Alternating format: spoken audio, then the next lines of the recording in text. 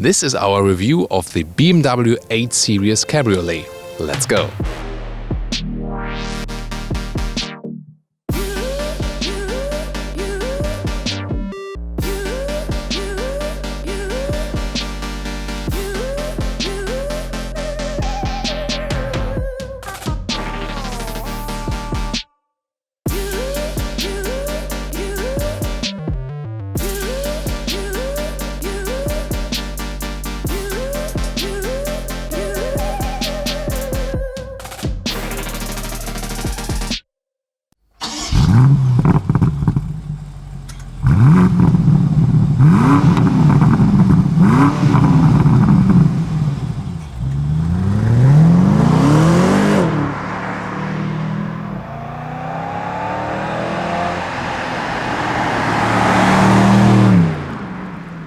In the front we see, first of all, very untypical shape of the BMW double kidney, but this is now the signature for the 8 Series that they take exactly this form.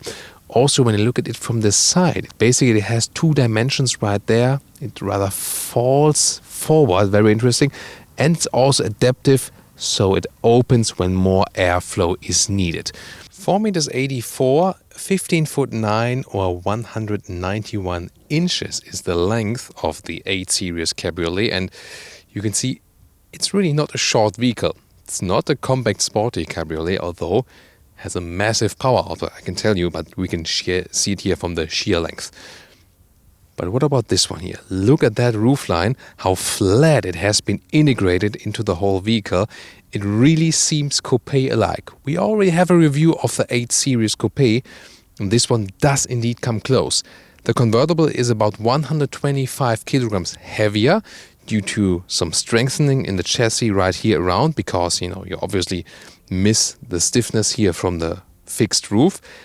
But due to those additional measures, the convertible is just 2% less stiff from a chassis than the coupe. Very interesting.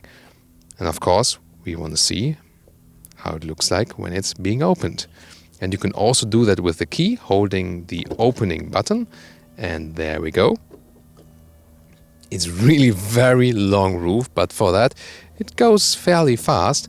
And there you can see that when it's opened, it's rather about this simple design line that's just going all the way from the front to the back of the car, and I think that also makes this vehicle rather timeless. Visually, the 8 Series convertible really represents a very significant stance on the road. Look at this horizontal stress everywhere, tail lamps, also the rear top end. And then you have those overhangs here, but they are not real air outtakes. This is just beauty. The same also goes for the outside exhaust tips. The real exhaust is then on the inside. Let us lift this massive hood and see what's powering this thing. This one here is the M850i, a 4.4 liter V8 turbo with 530 horsepower, acceleration to 100 kilometers an hour or 62 miles an hour is 3.9 seconds, 0.1 seconds slower than the two-door coupe. Well, I think you can surely live with that.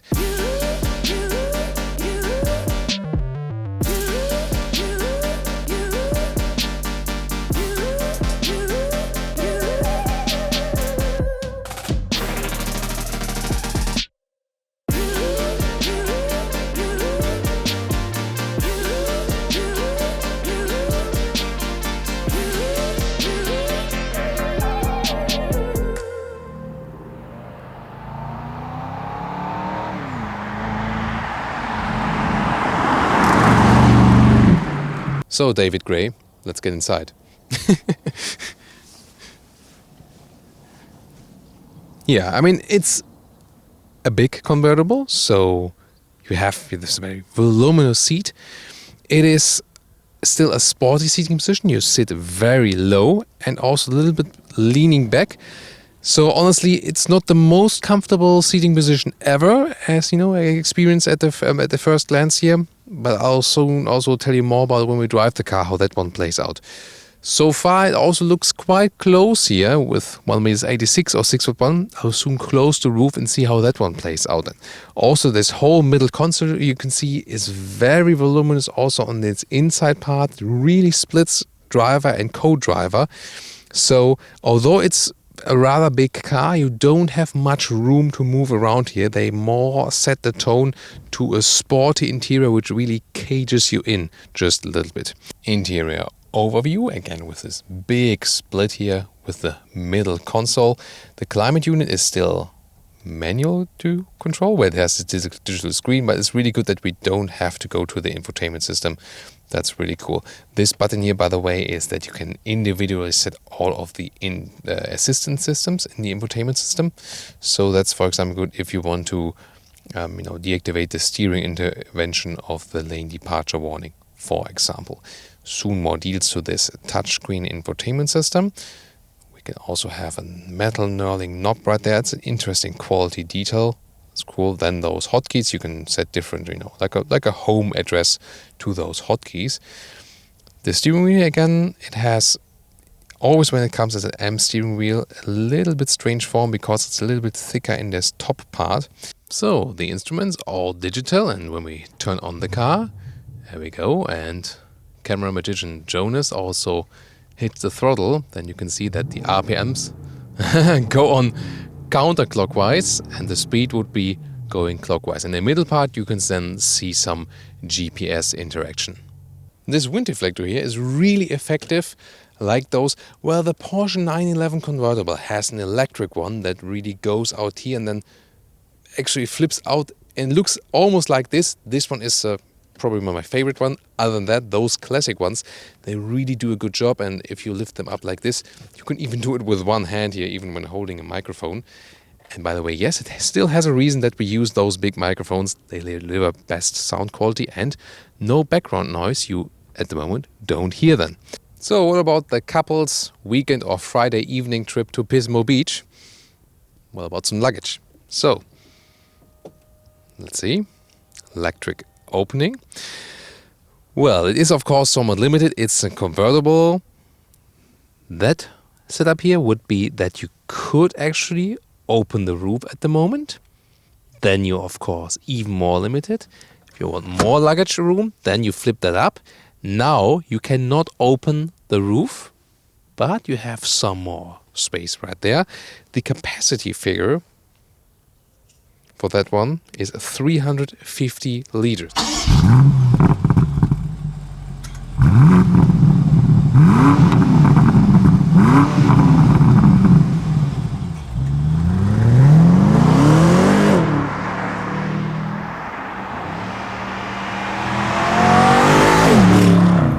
Welcome to Thomas's driving lounge here with the BMW 8 Series Cabriolet.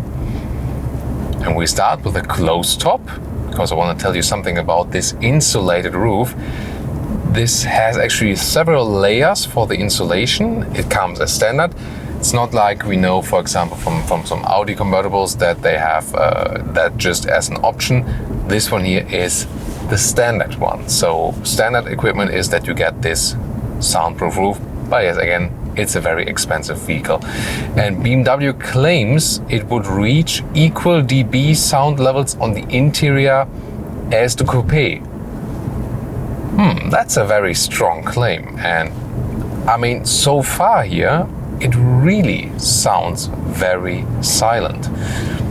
Hear those passing cars and so on, and I don't have to raise my voice that much. So indeed, it is reasonably silent. Difference in the feeling from the coupe would be that this whole area here, because, there's just a little bit more freely designed in the convertible, feels a little bit more open, a little bit more spacious, a little bit more airy, and leaves a little bit more light in there. Other than that, both cars indeed feel somewhat similar. The driving here on, let's say, normal city driving road and heading towards the countryside, we'll also go to some sportier corners very soon. This suspension can make it comfortable. There's actually no problem because it is an adaptive suspension, and as long as you are in a normal, comfortable mode, this is also no problem. So that does work. However, there's hardly any tilting, also due to this anti-tilt control. So the car really keeps it upright, and also the rear axle steering helps you when, for example, parking in and out. And well, here for example, it's good that we do those live tests on Autogefühl.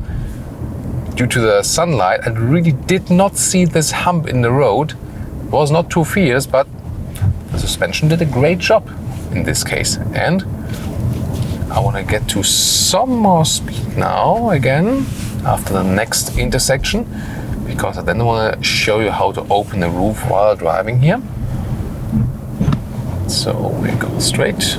So, and now driving about 30 kilometers an hour. As I said, it goes up to 50, and then we can also open that roof. We also had some fans right there. And maybe you're hearing that on camera now. There's a big difference, of course, to driving with the open top, and that made us once more realize how silent it actually was to drive with a closed roof.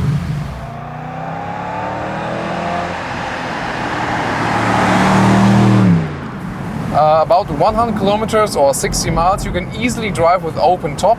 So when you have all the windows up, that's easily to sustain, also as for wind noise and also the wind that is coming into the cabin. So this is really an all-season convertible, no problem also when driving in a little bit colder weather. This is pretty cool, and those roads here are not that good. So as for the surface, and this suspension is again doing a phenomenal job.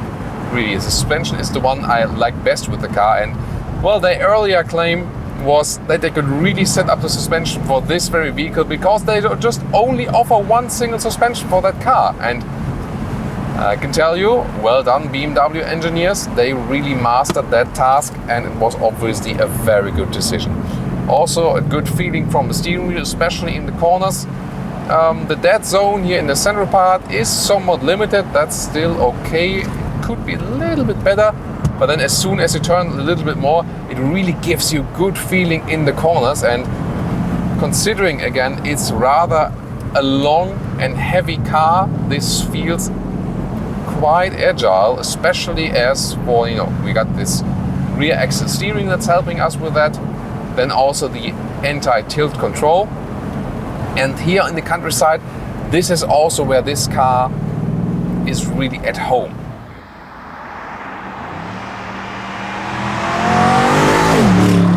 It is a design object, very beautiful designed, I think both in the front and in the rear, and timeless in the side profile. It's a pretty long stretch, but that's also why the proportions really work that well. On the interior we see a great build quality. Here in this case, BMW has quite often that problem still, that they lack some animal skin alternatives in the interior. That's the downside of that. And also I found the package quite bad, so you have now the turbo is finished cooling down. So you don't have too much room on the interior, although it's already quite a big car. And also the driving comfort is of course okay, but we have to rate this 100,000 euro or dollar car, of course, at a very high niveau. And so we can also say that the seating comfort for tall people should be a little bit better. The best about this vehicle is the suspension. Awesome job, you do not miss any air suspension. This adaptive M suspension has really been set out for this very vehicle, for the whole 8 series. It is doing a great job both in comfort and also in sportiness. That was really an awesome ride. You have some good cruising features. The adaptive assistance systems are really cool. For example, also the lane keeping assist. Been testing the same system in the X5 and also in the X7. You should check out our reviews from the US right there. Really well done as for this respect. And driving wise, it cannot deny its heaviness, its weight, and also its length, though it's not a car that you would take out on the racetrack, or you would say, you hunt the next corners every day.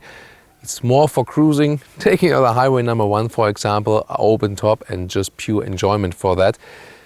And then for some sporty elements, I've shown you that here it is somewhat also cool to do it. Yeah, after a while, again, you feel the weight of the vehicle, but still together then with the anti-tilt control, with the rear axle steering and this great suspension, you could score some decent speeds also in those winding corner roads. And again, hardly felt that the tarmac was rough, hardly felt that there was a lot of bumps in the road. Again, evened out by this world-class suspension. So here we present you again a lot of pros and cons. That's what we do about all cars, being as authentic as possible. I hope you really appreciate that here on Autogefühl, and please also join us next time and don't forget to recommend us. Thank you so much for tuning in.